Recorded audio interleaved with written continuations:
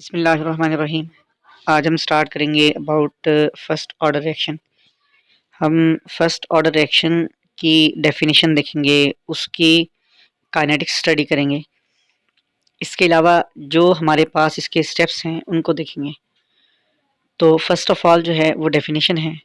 इसकी डेफिनेशन कुछ यूँ है कि हमारे पास फर्स्ट ऑर्डर रिएक्शन ऐसा रिएक्शन है when exponents in rate law expression are equal to 1, कि हमारे पास जो टोटल एक्सपोनेंट्स हैं रेट लॉ एक्सप्रेशन में वो हमारे पास एक के बराबर आ रहे हैं।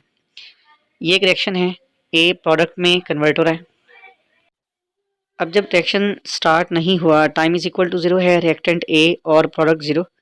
और जब time T is equal to T equilibrium है तो रिएक्टेंट ए माइनस एक्स है और प्रोडक्ट जो है वो एक्स है। अब हमने इसमें रेट लॉ एक्सप्रेशन कैसे लिखना है। ये D X over D T is proportional to A minus X. ये हमारे पास रेट लॉ एक्सप्रेशन है। अगर मैं इक्वल करूँगा इसको D X over D T, so that is equal to K into A minus X power 1। ये हमारे पास जो ये स्टेप था ये रेट लॉ एक्सप्रेशन था। अब मैंने क्या किया, मैंने वेरिएबल्स को सेपरेट कर दिया है, डी टी वाले अलग कर दिए हैं। आपने देखा कि एक तरफ डी एक्स ओवर ए माइनस एक्स आ रहा है और दूसरी तरफ के डी टी आ रहा है।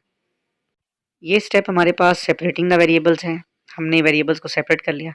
अब ये जो नेक्स्ट स्टेप है, मैं ये जो मैंने सेपरेटिंग द वेरिएबल्स लिखा है इसको मैं दोबारा से एक दफ़ा हाईलाइट कर देता हूँ कि ये किस स्टेप के लिए है, ये इस स्टेप के लिए है।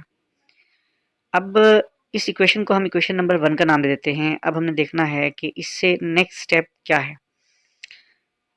अभी मैं इस स्टेप को दोबारा लिखूँगा, ये मेरे पास ये स्टेप दोबारा आ गया।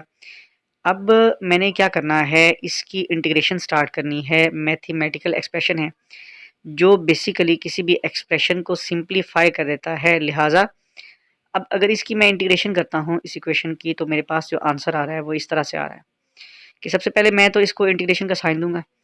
अब जो वेरिएबल्स हैं इनको मैं इंटीग्रेट कर लूँगा, so I will get the answer minus log natural A minus X is equal to kt plus c. So this is called expression